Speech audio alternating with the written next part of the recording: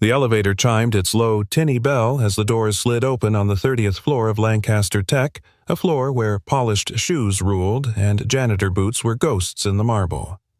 Graham Boone stepped out, mop handle in one hand, a supply cart gliding behind him. It was barely 6:15 a.m., the only time he could clean this floor without disrupting the high-level executives who occupied it. To them, this floor was sacred ground. To Graham, it was where silence lived. He moved with the quiet grace of someone used to being invisible. But not to her, Arden Lancaster. She stepped out of her corner office exactly at 6:17 a.m., coffee in hand, white blazer pressed to perfection, heels clicking like punctuation marks on the floor he'd just finished polishing. They passed each other without a word. No smile, no nod, just that look. Not disdain, not recognition. Something quieter, something lonelier. The look that said nothing but meant more than most people's paragraphs. Graham kept his eyes down as he always did, though he could feel the chill of her presence. Arden Lancaster, the CEO, who took a dying legal tech firm and turned it into the nation's most feared AI law engine in under 5 years. She had the posture of someone who trusted no one, the gaze of someone who'd been betrayed too many times, and the schedule of someone who'd long forgotten how to rest. She vanished back into her office, and Graham. He kept mopping, until a tiny voice broke the morning routine. "Daddy." "Can I have the purple marker, Emma?" His daughter, 10 years old. Curious eyes and a backpack twice her size. She'd had a mild fever the night before, too high for school, not high enough to stay home alone. So Graham brought her here tucked away in a supply closet repurposed into a makeshift fort with a sleeping bag, crackers, and markers. He rushed back to her, crouched down, handed her the purple one. "Shh, Peanut," he whispered. "Remember our deal. Quiet as a kitten, okay?" Emma nodded solemnly, her pigtails bouncing. Then came the unexpected sound of high heels approaching fast. "Arden." She stopped at the closet door. Graham stood tall, blocking the view, preparing to apologize, to explain, to beg. But she didn't demand anything. She didn't ask for HR. She looked past him and crouched down, to Emma's level. "Well, aren't you the little artist?" Arden said softly, spotting the notebook filled with crayon sketches. "What's your name, Emma?" the girl said, clutching the book. Arden reached into her bag and pulled out a chocolate bar, the expensive kind with sea salt and dark cocoa. "Only smart girls get the good stuff," she said, handing it over with a wink. Emma giggled. Graham blinked, unsure what just happened. Arden Lancaster had smiled. At his daughter. "Thank you, ma'am," he said quietly, but she was already walking away. Later that week, Graham found the drawing Emma had done after meeting Arden. She had drawn 3 stick figures herself, her dad and Miss Arden complete with a superhero cape, boots, and what might have been a justice scale. He folded the drawing and placed it in the small metal locker with his name on it. For some reason, he couldn't throw it away. But not everything in Lancaster Tech was as warm as a child's sketch. Over the following days, Graham noticed strange things. Printers whirring after hours. Office lights on at 2 a.m. Data sets that were supposed to be protected being accessed from shadow admin accounts. He didn't mean to notice, he never wanted to, but he had a memory for patterns. That came from his old life. Back before he held a mop. Back when he held people's futures in his closing arguments. Once he would have raised alarms, written a memo, led an internal investigation.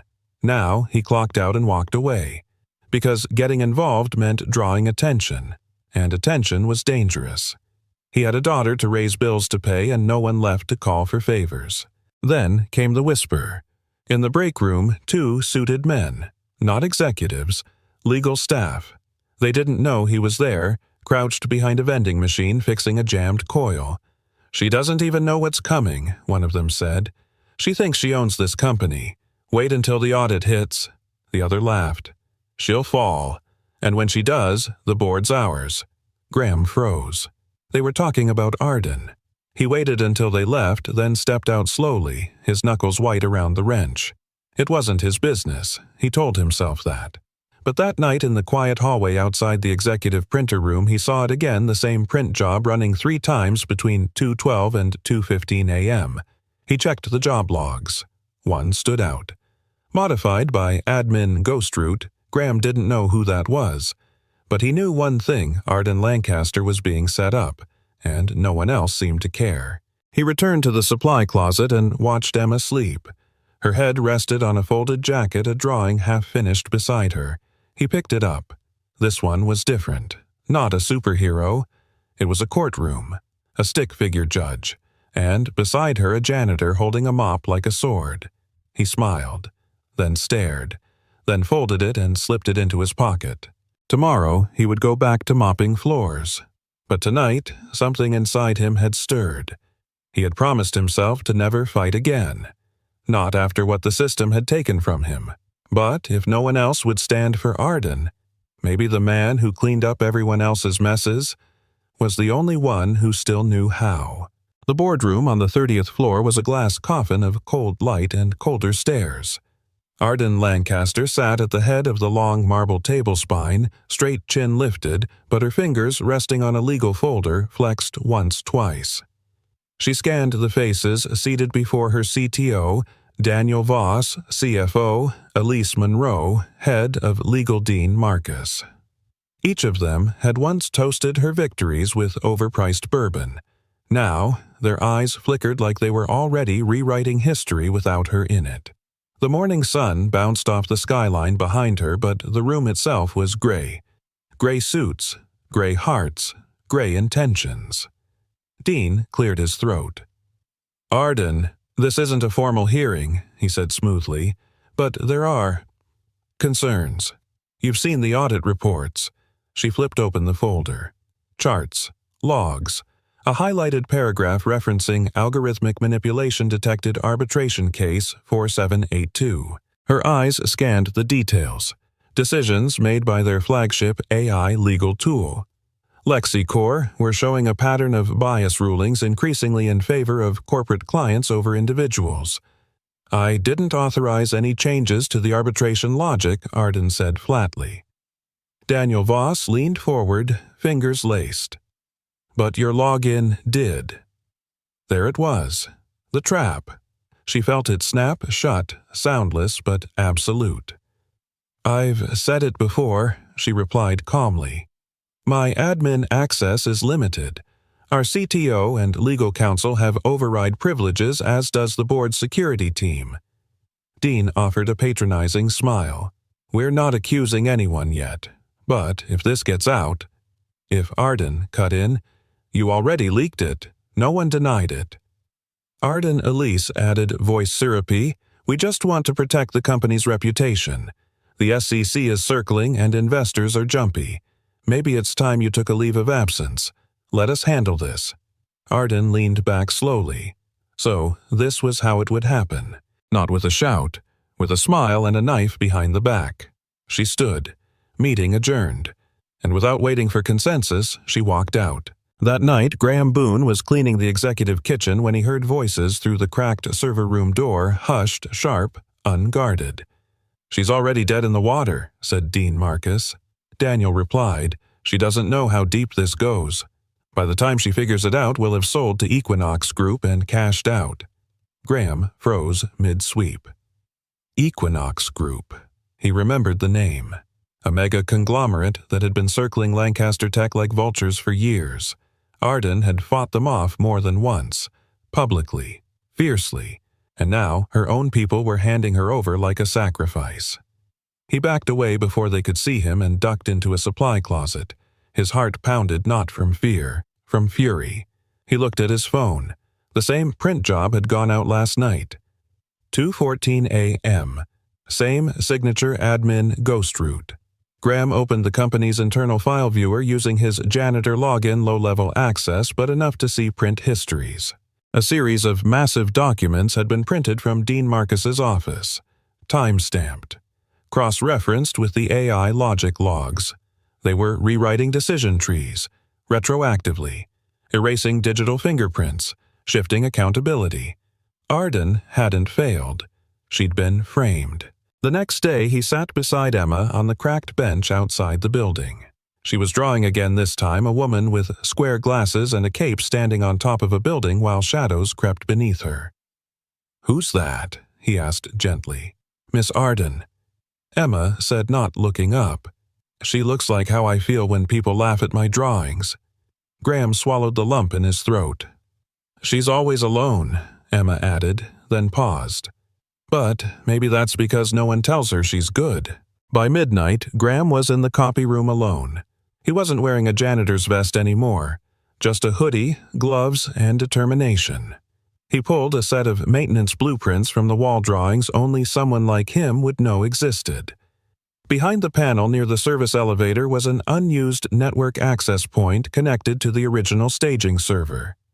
Graham slid the panel aside, connected his old laptop, ran a silent boot, and found it. The change logs, the algorithm rollback scripts, the terminal entries all routed through the same dummy account. It all led back to the same source. He saved everything on a drive. The truth was there, but truth without trust was noise. The next morning he took the stairs to the 30th floor. He wasn't pushing a mop. He wasn't supposed to be there. But he knocked on Arden's door anyway. She looked up from her desk, startled, then suspicious. "I need 5 minutes," Graham said. "No more." She hesitated, then nodded. He stepped inside and placed a folder on her desk. Inside the printed logs, the IP traces, a list of after-hours logins, a diagram Emma had drawn, tucked on top. "I don't want anything," he said, voice low but firm. "I'm not trying to get a reward. I just want my daughter to grow up knowing her father didn't turn his back when someone was being buried alive." Arden didn't move, didn't speak, but her hands gripped the folder like it was air after drowning. "You need to back up the staging server from the 14th of last month," he added, "before they wipe it." "How do you know this?" she asked quietly. Graham looked her in the eye. "I used to practice law," he said, "before the law stopped practicing justice." That afternoon the subpoenas arrived. Official, cold, merciless. Arden Lancaster was being formally summoned to court under federal investigation. Fraud, conspiracy, data tampering. Her face hit the front page of every business site by sundown. Her board cut ties. Her investors disappeared. Her legal team resigned. And, in the center of the firestorm, Arden stood alone. Except for the janitor who used to sweep past her office without a word. She found him in the parking lot as the sun set. Emma was asleep in the back seat. "I don't know how to fight this," she admitted. "You don't have to," Graham replied. "Not alone." She looked at him like she'd never seen him before. "Not really. What were you before?" He shrugged. "A man who thought the truth was enough. It wasn't. Not back then. And now I've got something worth standing for." From the back seat, Emma stirred and rolled over in her sleep. And somewhere buried beneath years of silence and suspicion, something soft cracked open in Arden Lancaster's chest. A sliver of trust, a breath of belief. The rain came down like a confession that night, steady, relentless, as if the sky itself had something to say. Graham Boone sat at the kitchen table of their tiny two-bedroom apartment above the auto shop. A bowl of half-eaten mac and cheese sat in front of him, now cold. Emma had already gone to bed, her sketchbook clutched to her chest like a stuffed animal. He could hear her soft breathing from the other room, steady, peaceful. But his own chest was tight. The folder Arden had clutched earlier now sat in front of him again. Copies. Printed versions of the files he'd found, hidden access logs, altered AI code, and a trail of digital fingerprints leading to the people smiling in all the company brochures. He should have left it alone. That's what he told himself again and again. He wasn't a lawyer anymore. He was just a janitor, a single dad, a man with a mop, not a mission. But Emma's voice echoed in his memory from earlier that evening. "Daddy, do you think Miss Arden's sad?" "Why do you ask, Bug?" "Because." Her eyes looked like mine did. "Right after Mom." The words had stopped him cold. Kids saw things, not always with facts, but with instinct. And Emma, bless her innocent heart, had recognized something that most adults missed. Arden Lancaster wasn't just a CEO fighting off scandal. She was a woman being left to drown by the very people who'd once praised her, and Graham. He was standing on the shore, watching. The next morning, he didn't put on his usual coveralls. Instead, he pulled on jeans and a dark hoodie. Neutral. Quiet. Invisible. He dropped Emma off at school early and headed straight back to Lancaster Tech, not to mop, but to dig deeper. The company used a proprietary AI tool for all legal modeling. LexiCore. What the public didn't know was that it also tracked internal legal behavior approvals document flows timestamps. And deep in the staging server, there was something called Mirror Node, a shadow log that silently backed up changes every 12 hours. Graham had helped write that script. Years ago, before he walked away. He rode the freight elevator to the basement and entered the old server room through the maintenance corridor using a keycard that hadn't been revoked only because no one thought janitors needed to be dangerous. He slid his laptop into the port and waited. The screen flickered. Loaded. There it was, Mirror Node still active. A timestamp log from 2:14 a.m. on the 14th of last month. He opened it. There, in cold precision overrides to arbitration weights. A shift in decision probabilities nudging the system to rule in favor of corporate clients over individuals by a margin of 1.7%. It seemed small, insignificant. But in a courtroom, that was enough to ruin 100 lives. And at the bottom of the file, one final line. Modified by admin Ghost-Root. Graham leaned back. He knew that handle. Years ago, Dean Marcus had used it as a joke during security drills. Now it was being used to gut the integrity of LexiCore from the inside. He walked out of the building into a cold wind. Every instinct told him to let it go. Walk away. Protect Emma. Keep the small, safe world he'd built with calloused hands and quiet nights. But then he remembered the day he lost his wife. They'd been in court. She was suing for malpractice over a fatal hospital error. Graham had tried to be her attorney and her husband. The judge had thrown out key evidence on a technicality. She died 2 weeks later, and so did Graham's faith in the system. He'd walked away from law that day. And now, here he was again. Another woman, another system, another storm. Only this time, a 10-year-old girl was watching. He couldn't walk away. Not again. That night, while Emma worked on her science project at the kitchen table, Graham printed out the audit trails. The metadata. The terminal logs. He slid them into a manila folder and stared at it for a long time. "What you working on?" Emma asked. "Something grown up," he answered gently. She smiled. "Is it boring?" "It used to be. Now?" "It's not." She returned to her glitter glue and construction paper. Graham stood across the room and gently tucked a blanket over her shoulders. He wasn't fighting for justice anymore. He was fighting for legacy. The next day, he intercepted Arden in the underground parking garage. She was standing alone beside her Tesla, looking like a statue carved from tension. He held out the folder. "I backed up the server logs. Mirror Node is still intact. I printed what I could." She looked at him like he'd handed her a live grenade. "I thought you just swept floors. I sweep truth now." She exhaled slowly, eyes scanning the first page. Her hands trembled slightly. "I don't know if this will save me," she said. "It's not just about you," Graham replied. "They're using LexiCore to make decisions in real courtrooms. You know that, right?" She looked up sharply. "You're saying, this isn't just internal. It hasn't been for a long time." That night, Arden called a private backup firm. She gave them access to the full staging server and requested a secure image of the logs time-stamped, sealed, and notarized. Then she called the board. No one answered. By morning, the subpoena came. A federal investigation was opening. The story hit every major network. Lancaster Tech CEO under fire for AI legal fraud.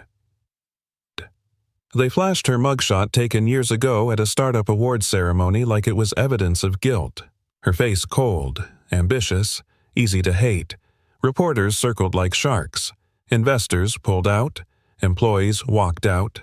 And, in the middle of it all, Arden Lancaster sat in her office alone, tired but not defeated. Because someone had decided to stay. Back at home, Graham tucked Emma in. She clutched her latest drawing him in a suit standing beside Arden at a courthouse. Emma had drawn a big American flag in the background and a sign that said, "Justice is a choice." "Do you think you'll have to go to court, Daddy?" "I think I already have." "Will Miss Arden be okay?" He paused.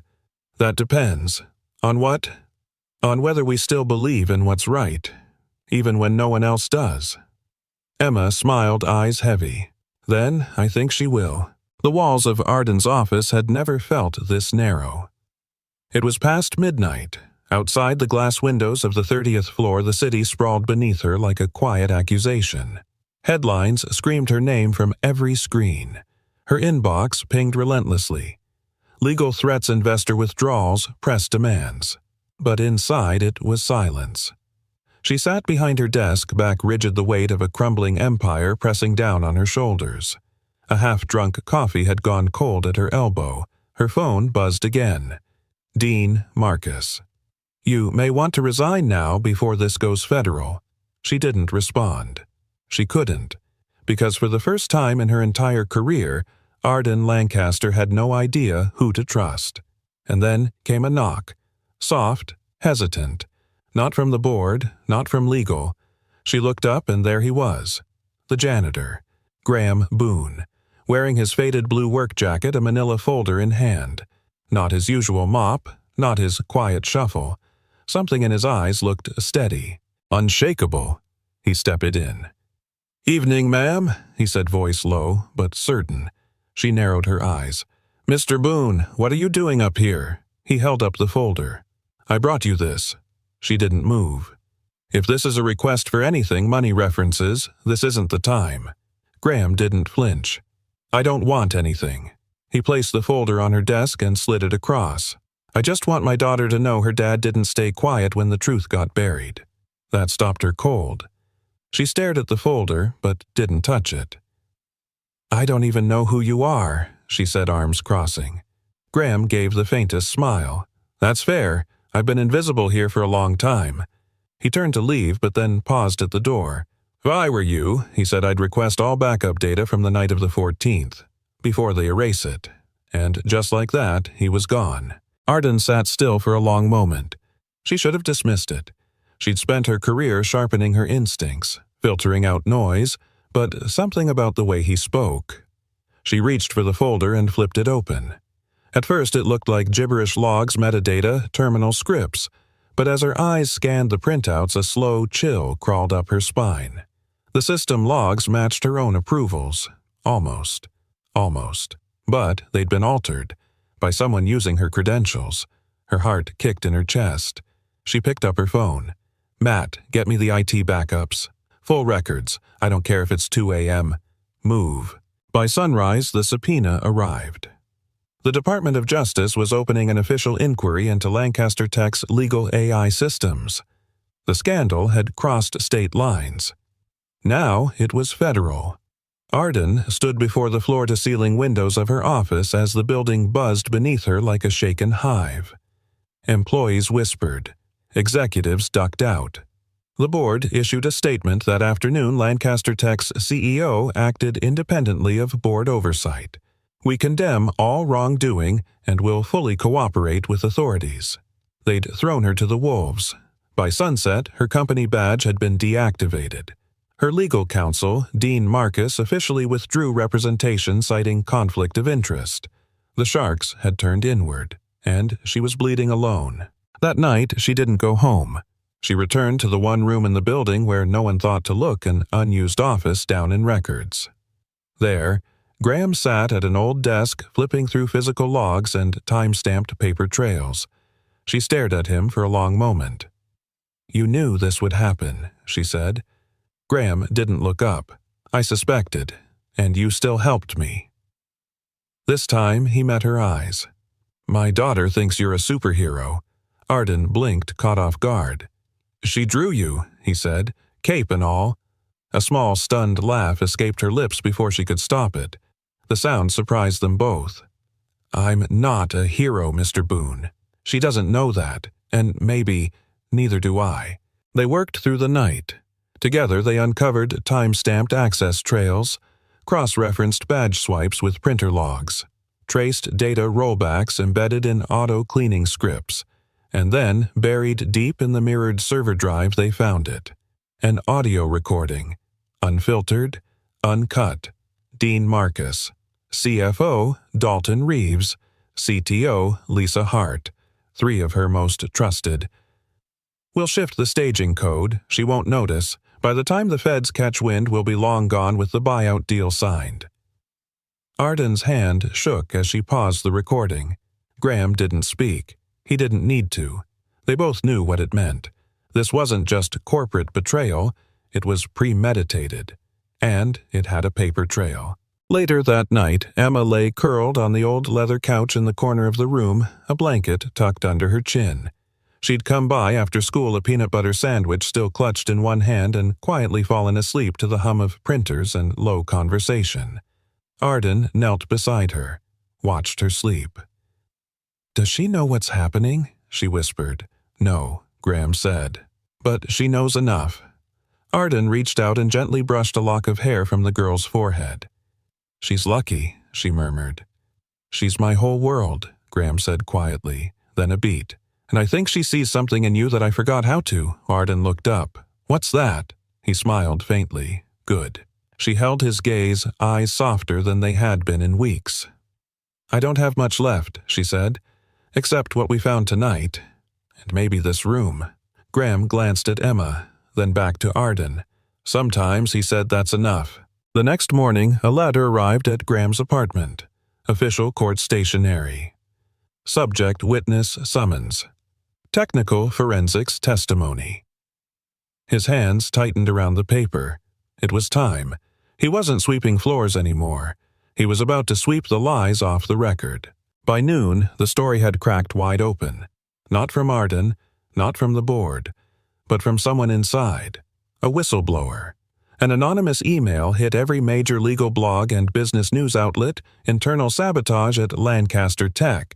AI ethics violated whistleblower evidence forthcoming. And just like that, the wolves that had once circled Arden began to circle each other.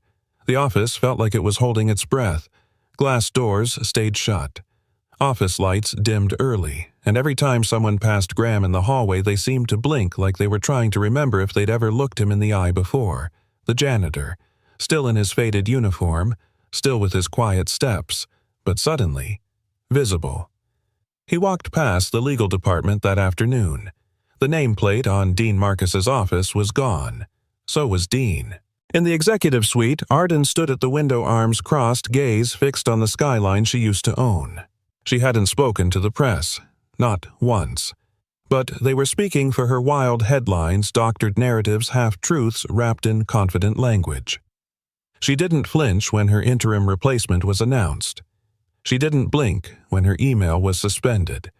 She only turned when Graham entered holding a newspaper still warm from the vending machine downstairs. He set it on her desk. The headline read, "Lancaster CEO alone in the fire. Board claims. No knowledge of data sabotage." She skimmed it. "They've disowned me," she said flatly. "They fear you'll survive this," Graham replied. She let out a dry breath. "I don't even have legal representation." "You have something better." Arden raised an eyebrow. "Please tell me you didn't go to law school." "I did?" She froze. Graham nodded slowly. "A lifetime ago. Before Emma. Before everything." He pulled out a faded bar card from his wallet. It was cracked, but the name was still visible. Graham Ellis Boone. Member State. Bar of Massachusetts. Her voice came quieter now. "Why didn't you ever say anything?" He shrugged. "People don't tend to ask the janitor where he went to law school." A pause. Then more seriously, "I had a family. A case went sideways. I lost everything but her. So I stopped fighting. Until now." That night, in a quiet back room usually reserved for inventory, they spread out their findings like pieces of a war map. Logs, audio clips, photocopied memos, and Emma's drawing tucked gently on top, a stick figure version of Graham standing in a courtroom holding hands with Arden. Above their heads, Emma had drawn stars and written in large block letters, "My dad tells the truth." Arden stared at it for a long time. "She believes in you," she whispered. "She believes in us," he corrected. "That's why I'm here." The next morning, headlines shifted. A new leak revealed conflicting financials documents suggesting the board had already been in talks to sell off Lancaster Tech's patent library to a rival firm. The twist: the meeting had been arranged 2 weeks before Arden was accused, before the algorithm had even been flagged. It wasn't sabotage, it was a setup. And the people pulling the strings were the very ones who'd claimed innocence. Back at the office, tension thickened. CFO Dalton stopped showing up altogether. CTO Lisa Hart claimed illness, and legal sent a memo saying ongoing investigation prevents further comment. Everyone else, they whispered, they watched. And when Graham passed through with his mop bucket, they moved aside like they weren't sure what power he held, but they knew better than to block it. That evening, Arden found Graham in the break room kneeling beside Emma, who was coloring on the floor.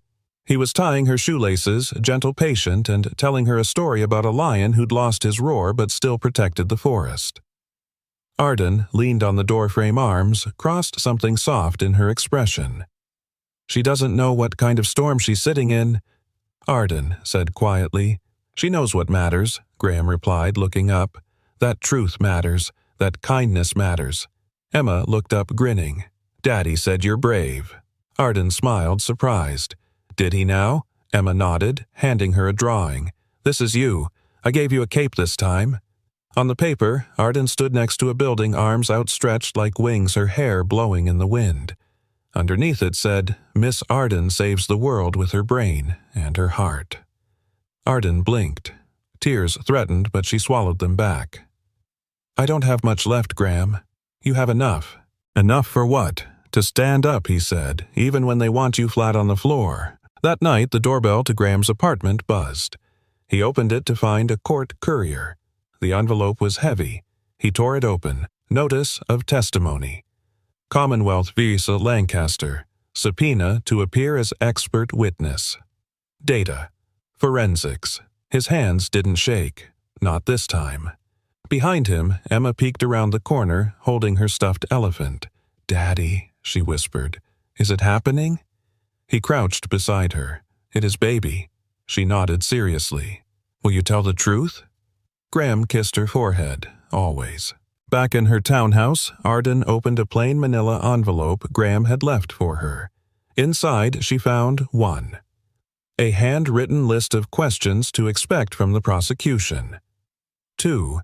An outline of counter-arguments. 3. A note at the bottom, "The system turned against you. That doesn't mean you stop standing straight." She folded the paper with trembling hands, and, for the first time in weeks, she smiled. Not a victory smile, not yet, but the kind you wear when the war isn't over but the courage has returned. The building was quiet after 8 p.m., too quiet for a company once humming with ambition ethics panels and late-night coding marathons. But tonight, Lancaster Tech sat like a ghost ship drifting through scandal. In the dim-lit executive suite, 2 figures were still moving, one sweeping through folders like a soldier in enemy territory. The other cross-referencing data backups, coffee long gone cold beside her. Arden Lancaster. Graham Boone. They weren't boss and janitor anymore, not tonight. They were survivors, investigators, truth-tellers. And, with dawn, came the trial. Start from the timestamp. Graham said, fingers flying across the old company laptop Arden had pulled from archives. 2:41 a.m. "Night of the algorithm patch," Arden replied. "We've checked the logs, the print queue, the staging build. It's like someone cleaned up after themselves too well." "Too well," Graham echoed, narrowing his eyes, "which is exactly what makes it suspicious." He tapped a few keys, opening the raw metadata left in the backups. "There," he muttered. Arden leaned over his shoulder. "What am I looking at?" Graham zoomed in. "See that hash string? That's a mismatch. The master audit log was overwritten, but this backup wasn't updated. There's a digital footprint someone cloned and planted fake approvals. Arden blinked. They forged the entire executive sign-off, and they used your login to do it. For a moment, silence. Only the faint hum of server fans and the ticking of the old analog clock above the coffee maker. Then Arden sat back, spine stiffening. They wanted me gone. Sell off the company, collect their bonuses, and walk clean. Graham looked at her, and they almost did. But not tomorrow, she said, her voice steady now. Not anymore. Meanwhile, Emma was curled up on the office couch, her head resting on her unicorn backpack, a soft lullaby playing on her headphones. She stirred slightly when Graham pulled a blanket up to her shoulders. "She's asleep?" Arden asked. He nodded. Out like a light. "She's a strong kid," Arden said softly. "She sees everything, even when you think she doesn't." Graham smiled faintly. "She told me last week she wants to be a judge, said she wants to decide who's telling the truth." Arden's eyes softened. "I'd trust her more than most courtrooms." They shared a quiet laugh, and something in the space between them shifted. It wasn't romance, not yet, but it was connection, built not from words, but from endurance. As the hours ticked on, the pieces of the puzzle started to lock in. An audio file recovered from the server's voice backup system, where Dean Marcus and CTO Lisa Hart discussed framing Arden to trigger a forced resignation clause. A screenshot of CFO Dalton's calendar, a secret meeting with a rival corporation 2 days before the board turned on Arden. And perhaps most chilling, a scanned internal memo never sent dated weeks before the scandal. It was from Arden, a proposal to implement stricter ethical oversight on all AI projects. She saw it coming, Graham whispered, reading the draft. "You tried to stop them before they made the move. They knew I would," Arden said. "That's why they struck first." At 2:17 a.m. the printer coughed to life. The room filled with the warm, rhythmic sound of paper spooling. 17 pages. Every one of them stamped with time-stamped evidence backups, access logs, unsigned approvals, and admin overrides from accounts traced to everyone. Except Arden.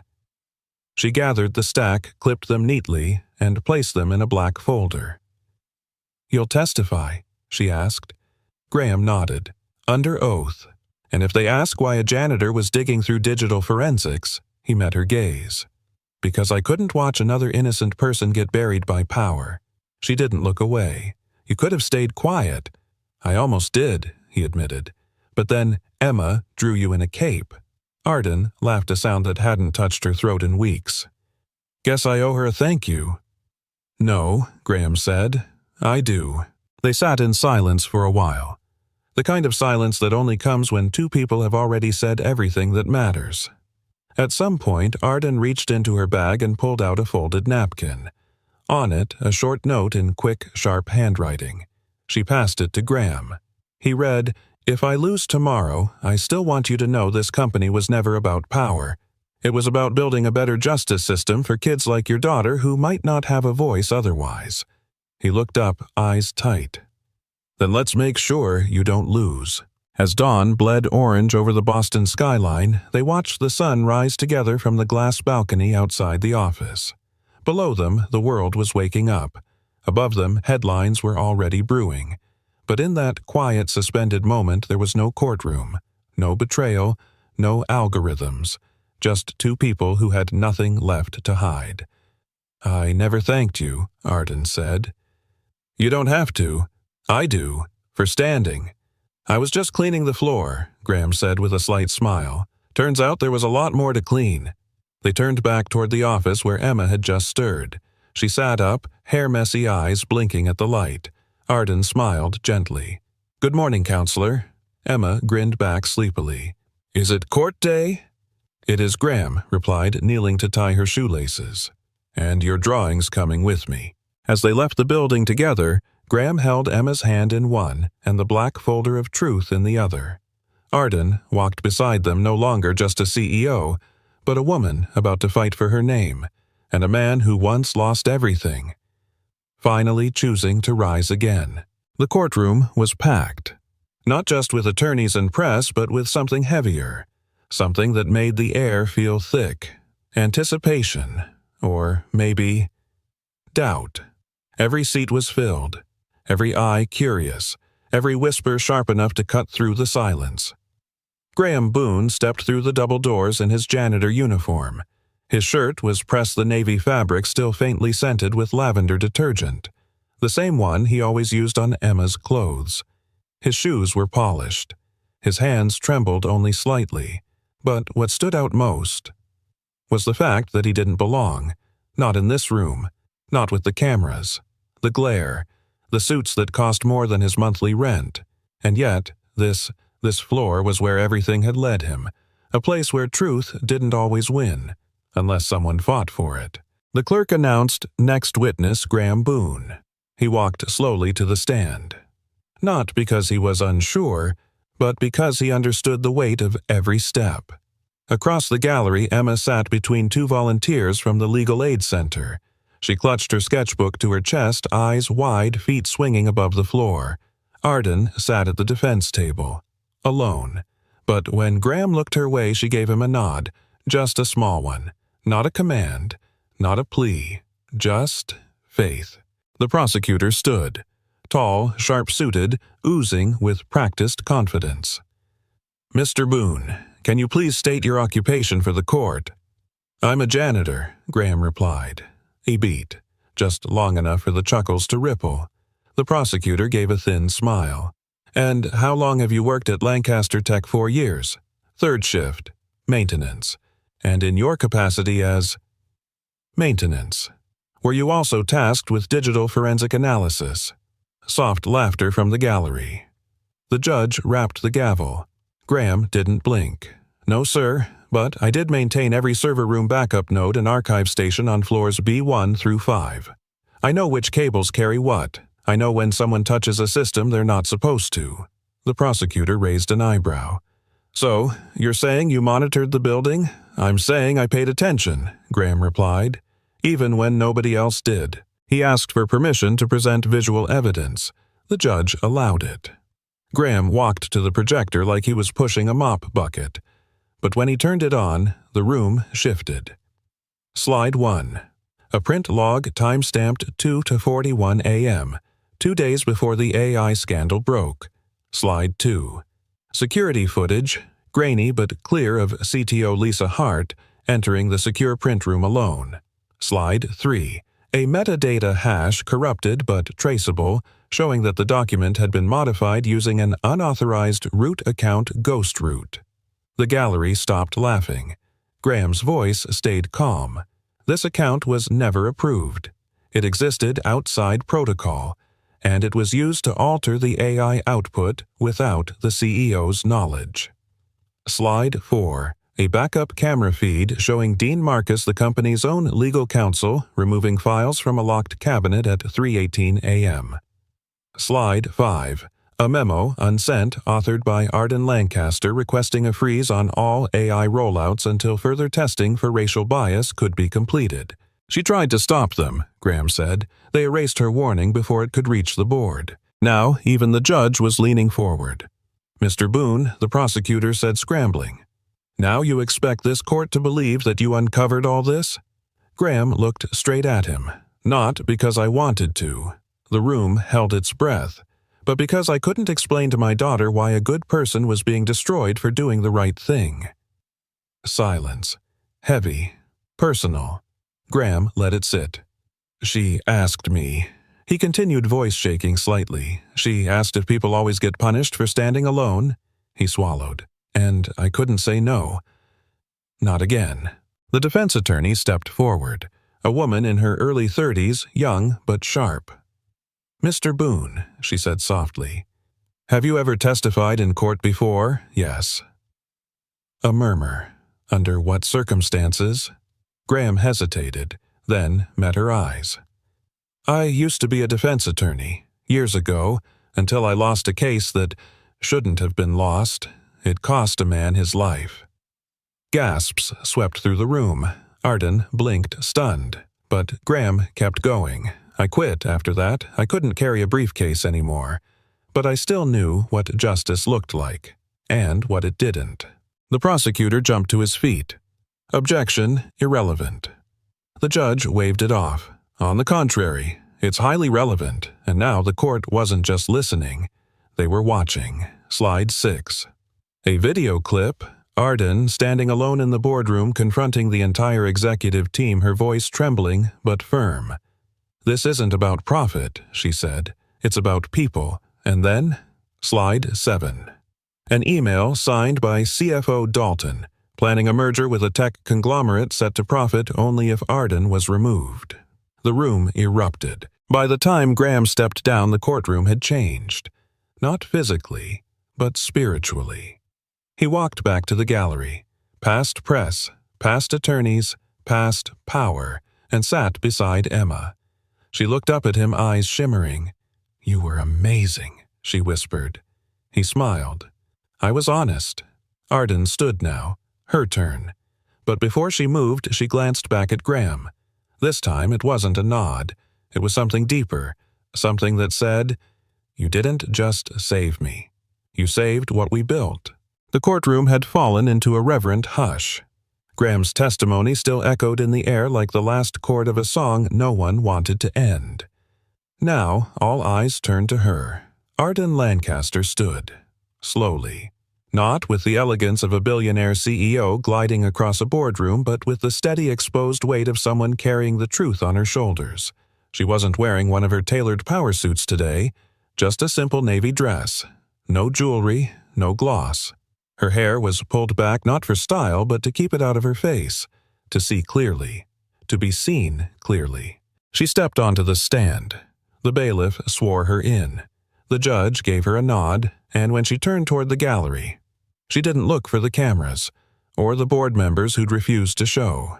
She looked for one person, and found him.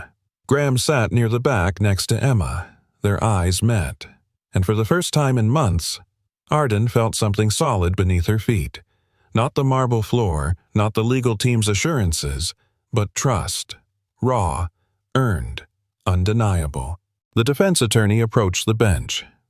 "Miss Lancaster, could you walk us through the events leading up to your removal as CEO?" Arden took a breath. Not to steady herself, but to release the pressure of silence. "I founded Lancaster Tech to build solutions that didn't leave people behind," she began. "That was my promise. And when our AI models began showing signs of bias, I paused everything." She glanced toward the projector. "People told me it would cost us millions, that we'd lose investors. I said we'd lose more if we launched something that harmed the very communities we claimed to serve." She paused, eyes burning with quiet fire. "I didn't know then that my own board had made other plans. That while I was freezing development, they were leaking manipulated data to the press, data designed to show I was unstable, indecisive, and incapable of leadership." She turned, slightly facing the judge now. "My CTO and CFO crafted a narrative that I ignored internal concerns, that I greenlit a flawed system, that I endangered the company." Another pause. "None of it was true. And I could have fought back. I could have exposed them. So why didn't you?" her attorney asked gently. Arden's voice dropped to a whisper. "Because I didn't want to burn down the company I built. Just to prove I wasn't the villain." There it was, the reckoning. Not of facts, Graham had already brought those. This was something else. The reckoning of her silence, her choices, her loneliness. The prosecutor stepped forward now, trying to regain control. "Miss Lancaster, isn't it true that you signed off on every phase of AI development I did?" Arden replied. "And that several reports of data anomalies were brought to your attention?" They were. "So you admit responsibility." "I admit leadership," she said firmly. "And leadership means listening even when it hurts. It means pausing a billion-dollar rollout to ask hard questions. And it means being willing to be the bad guy, if that's what it takes to do the right thing." The room rippled. Somewhere near the back, a journalist scribbled faster. The prosecutor frowned. "Miss Lancaster, you're painting yourself as a martyr." She didn't flinch. "I'm painting myself as someone who made a promise to serve, not sell. And yet your own executives say you were emotionally unstable during this time. Arden didn't blink. I was under pressure. I was grieving. I was working 20-hour days trying to untangle the ethical implications of what we'd built. If being emotionally affected by injustice is instability, then I hope we all become unstable. A silence swept the room again. This time it wasn't heavy. It was charged, like something had shifted, and then softly, almost too softly, the judge leaned forward. "Do you have anything else you wish to say to the court, Miss Lancaster?" She looked down, then up, and for the first time, her voice trembled. "When I was a little girl, my mother told me that courage doesn't always sound like a roar. Sometimes, it's just the voice that says, 'I'll try again tomorrow.'" She looked toward Emma, and when I met Graham's daughter, when she hugged me like I mattered, I remembered what that voice sounded like. She turned to the bench. "I lost everything trying to do the right thing, but if I had to go back, I would still choose the truth. Because at the end of the day, the company we build, the legacy we leave, it's not in algorithms or IPOs." Her voice broke. "It's in the people we refuse to give up on." Silence fell like snow, not a sound. Even the reporters stopped typing. Even the prosecutor lowered his notes, and for the first time since the trial began, the judge didn't look bored or tired. He looked moved. Graham let out a slow breath. Emma squeezed his hand. And Arden, she stepped down from the witness stand, not as a fallen CEO, not as a corporate scapegoat, but as a woman who had finally spoken not just for herself, but for every voice that had been silenced beneath polished conference tables and redacted reports. The janitor's closet was quiet, too quiet. No buzz of the old fluorescent light overhead, no gentle rattle of mop buckets, no low hum of jazz music from Graham's pocket radio. Just stillness, and the hollow echo of a space that had once held the weight of a life rebuilt from ashes. Graham stood in the doorway, keys to the building hanging loosely from his finger. The metal ring tapped softly against the handle, a rhythm that matched the quiet ache in his chest. The shelf where he used to keep Emma's lunchbox empty. The corner hook where his old navy jacket had always hung bare. He opened the locker one last time. Inside only a folded piece of paper. It wasn't his. He unfolded it slowly, his name written on the front in an elegant slanted hand. "You didn't just clean floors, you cleaned up the mess they left behind. Thank you for reminding me who I am, A." He didn't smile. He couldn't. His face was too still, too full. Emotion had no space to move when the soul was busy trying to process something deeper. Instead, Graham reached into his satchel and pulled out a small drawing, Emma's latest masterpiece. 3 figures beneath a sky filled with stars. One tall man in a blue janitor's uniform, one woman with a streak of silver in her black hair and a justice scale in her hand. And between them, a little girl with wild curls and bright eyes. Above their heads, Emma had written, "My Family." He pinned the drawing to the inside wall of the locker using the same thumbtack that had once held his late wife's photo. Then, gently, he shut the door. The soft click sounded final. But it wasn't grief, it wasn't loss, it was transition. A chapter closed with love, not regret. The spring wind outside the building had softened. It no longer stung like it had when he used to arrive before dawn. The sun was warm on his back as he stepped out into the courtyard for the last time. He walked slowly, each step measured not out of hesitation but respect. Every tile he crossed he had once mopped. Every trash bin along the way he had once emptied. Every night he'd spent keeping this place spotless.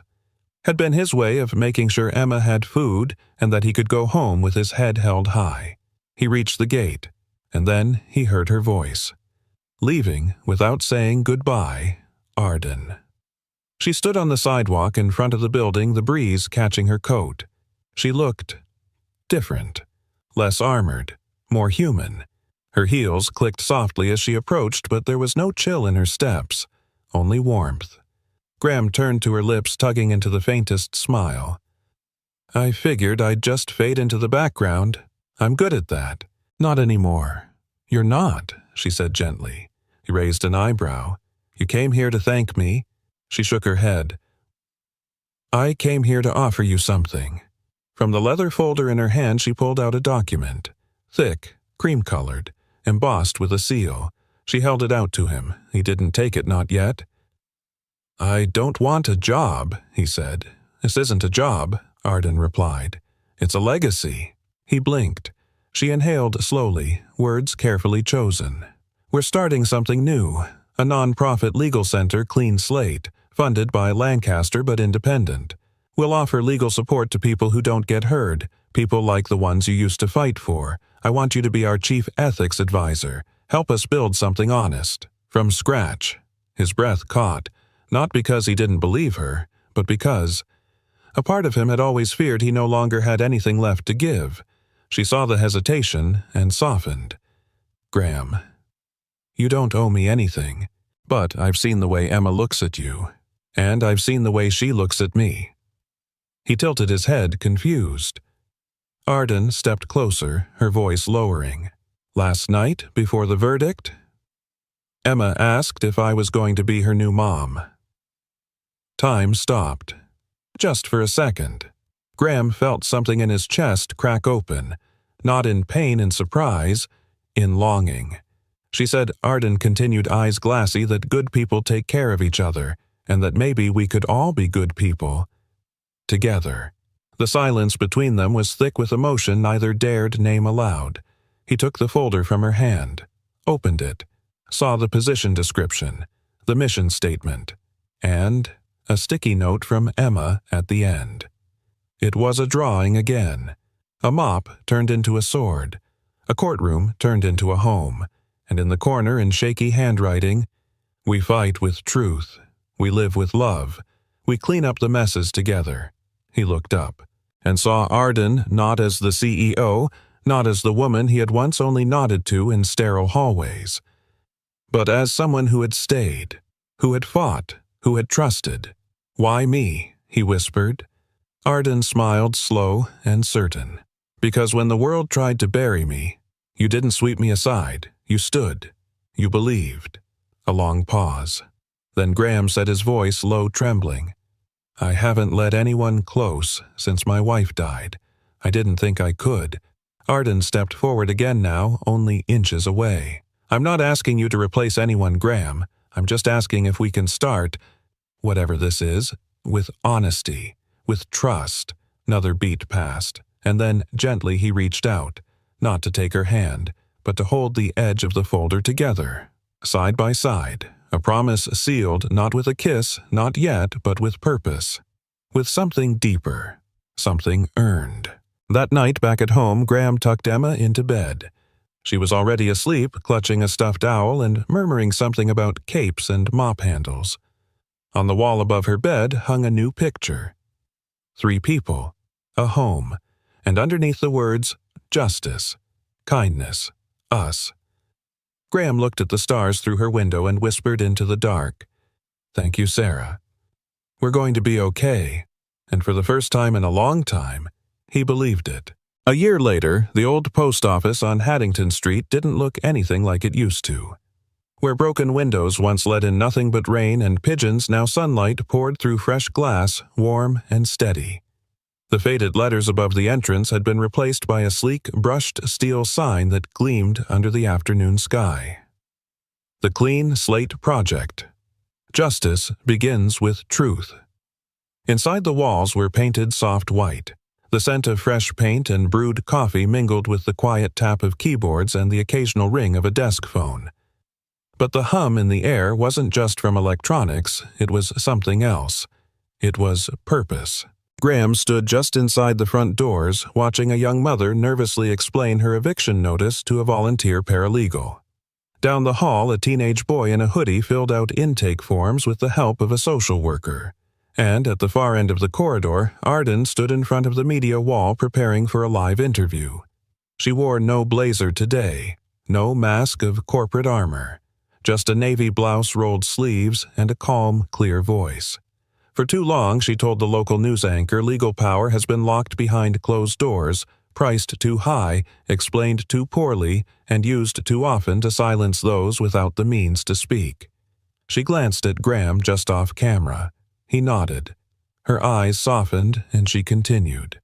The Clean Slate Project isn't just about helping people fight back, it's about helping them begin again. The journalist smiled. And the name. It's quite poetic. Arden looked toward the lobby. Toward the janitor's closet they had intentionally preserved repurposed now as the Ethics Archive, a room filled with backup drives, handwritten witness notes, and at its center a single framed photo of a mop bucket and a pair of work boots. I didn't name it, she said, voice lowering. A little girl did, after watching her father clean up everyone else's mess and still believe people could change. After the cameras shut off, Graham met Arden by the courtyard. Nice speech, he said, sipping his coffee. She grinned. I channeled my inner janitor. He chuckled. Careful, that's a slippery slope to wisdom.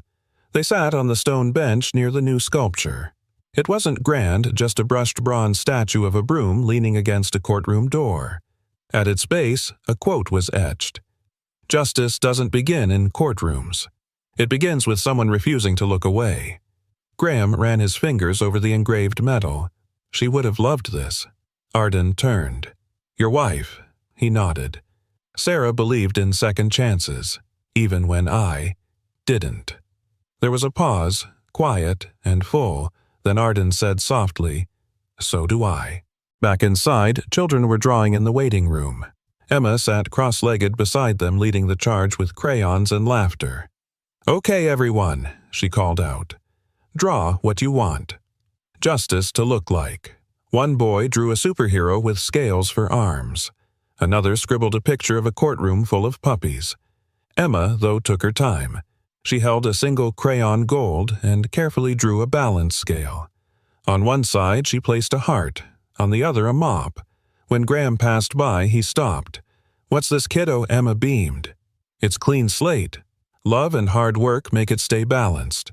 He blinked back, something in his eyes. Smart girl. I learned from you, she said simply, and from Miss Arden. Later that evening, after the center had quieted and most had gone home, Graham walked past the hallway leading to the main offices. A small door caught his eye, one that hadn't been there the week before. It was freshly painted. A brass nameplate had just been screwed in. Graham Boone, Chief Ethics Advisor. He stood there a moment, unmoving. The last time he'd seen his name on a door, it had been outside a courtroom in Chicago. Before life fractured. Before grief redefined who he thought he was allowed to be. Now, here it was again, but not a return, a rebirth. He touched the edge of the plaque. And in that quiet hallway with nothing but the hum of new beginnings around him, he whispered, Thank you. That night, he and Arden locked up together. They walked slowly beneath the soft streetlights, Emma skipping ahead with a half-eaten cookie in hand. You ever think we'd end up here? Arden asked. No, Graham replied. But I'm glad we did. She slipped her hand into his. It wasn't dramatic. There was no cinematic swell of music, no lightning strike of passion. Just warmth, trust, a gentle knowing. Back home, Emma sat on the living room rug, gluing her newest drawing to a piece of poster board. Graham leaned over her shoulder. What's this one called? He asked. She held it up. A family of 3 standing in front of a building with shining windows and a banner that read Clean Slate. The father wore a tool belt and a tie. The mother wore a blazer and superhero boots. The little girl held a sign, Truth lives here. Emma smiled. It's our home now. Graham kissed the top of her head. Yes, it is. As night settled outside, the porch light flicked on, casting a soft glow over their small home. Inside, laughter drifted from the kitchen. 3 dinner plates, 3 chairs, and on the wall, framed above the table, a print of the quote Emma had scrawled long ago on the corner of a napkin. We fight with truth. We live with love. We clean up the messes together. Sometimes the most powerful names on the door aren't the ones people expect. They're the ones who never stopped standing even when no one was watching. The first day of spring brought more than sunshine. It brought birdsong on windowsills, the hum of a gentle breeze through the porch screen, and the scent of fresh earth waiting to bloom. The kind of day that reminded you life didn't always move forward in leaps, but in small, honest steps. On the back porch of a modest brick home on the edge of town, 3 chairs sat beneath a string of warm Edison lights still faintly glowing from the night before. Graham Boone leaned back in one of them, a cup of coffee in his hand, steam curling up into the crisp morning air. His sleeves were rolled up, revealing forearms used to work to loss, and lately, to holding again. Beside him, Arden Lancaster tucked her feet beneath herself on the wicker chair, still in her soft pajamas, hair pulled into a casual bun that only made her look more at peace than he'd ever seen her. And on the porch floor between them, cross-legged and determined, Emma sat with a sketchbook in her lap and a purple crayon pressed tight in her fingers. "You're going to ruin your wrist holding it like that," Graham murmured. Emma didn't look up. "I'm designing the future. Wrists are replaceable." Arden laughed quietly. "What's today's masterpiece?" Emma turned the page toward them. 3 figures stood tall at the center. A woman in superhero boots, a man with a mop-turned sword, and a little girl holding a scale tipped with a heart on one side and a stack of books on the other. Above them, in looping gold cursive, "Justice begins at home." Graham felt something shift in his chest, the quiet kind of ache that wasn't pain, just proof that something inside you was finally soft enough to feel again. "I think we've got a future Chief Justice on our hands," he said. Emma wrinkled her nose. "Nope. I'm gonna be a lawyer, like Mom would have been proud of, like Dad used to be." She turned to Arden. "But first I want to mop a few floors at Clean Slate, just to remember where truth starts." Arden reached over, brushing a wisp of hair from Emma's brow. "Then that's exactly where you'll start." Later that afternoon, they walked into town together, hand in hand, no headlines following, no whispers in their wake. Just a family moving with purpose. The local bakery had set out folding chairs along the sidewalk, and the florist across the street had filled the window with tulips and daffodils. Spring, in every sense, had arrived.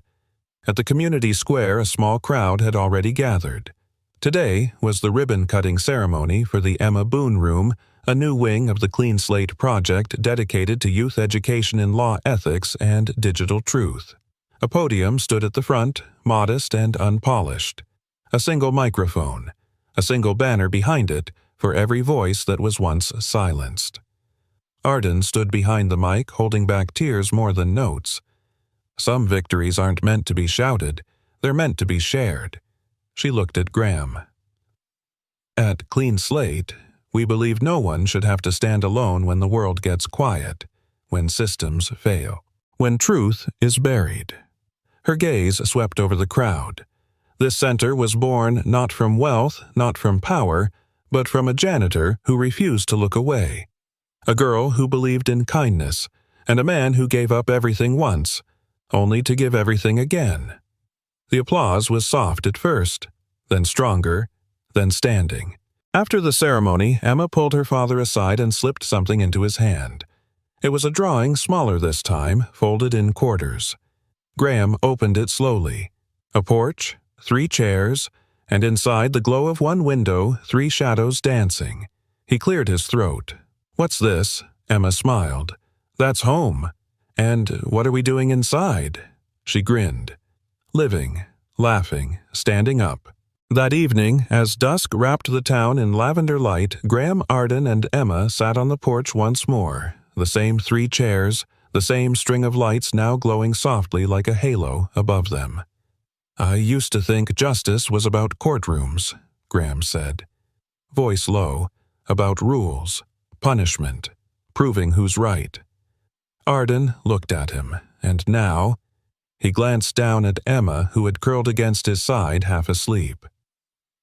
"Now I think it's about love," he whispered, "about seeing people when the world's too blind, about showing up when no one else will, about standing not for attention, but so others know they're not alone."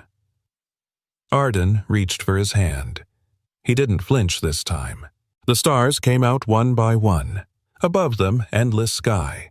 Behind them, the glow of a justice center born from broken things made whole. Before them, everything still unwritten, and in that quiet, beautiful stillness, a family once scattered by grief and silence now stood together, not in courtrooms or headlines, but in love, and in truth, and in the ordinary magic of a spring night on a wooden porch. Sometimes the greatest victories aren't won in battle, they're built in silence. One broom, one girl, one promise at a time. And maybe that's what justice really is. Not a courtroom, not a headline, but a quiet porch, a warm light, and someone who refuses to walk away when the world turns cold. Now, we want to hear your story. Where are you watching from tonight? Drop your city, your state, or your country in the comments. We read every single one. Whether you're in sunny Florida, quiet Montana, the heart of Texas, or halfway across the world in a midnight kitchen. Know this, you are part of something bigger now. If this story moved you even just a little, tap that like button, share it with someone who still believes in second chances, and most of all, don't forget to subscribe for more stories that remind us we're never truly alone. This channel is built for people who still believe in the power of kindness and underdogs rising in quiet heroes like janitors, fathers, and little girls with big hearts. Thank you for spending this time with us. We're honored to have you here. And until next time, stay kind, stay hopeful, and always stand back up.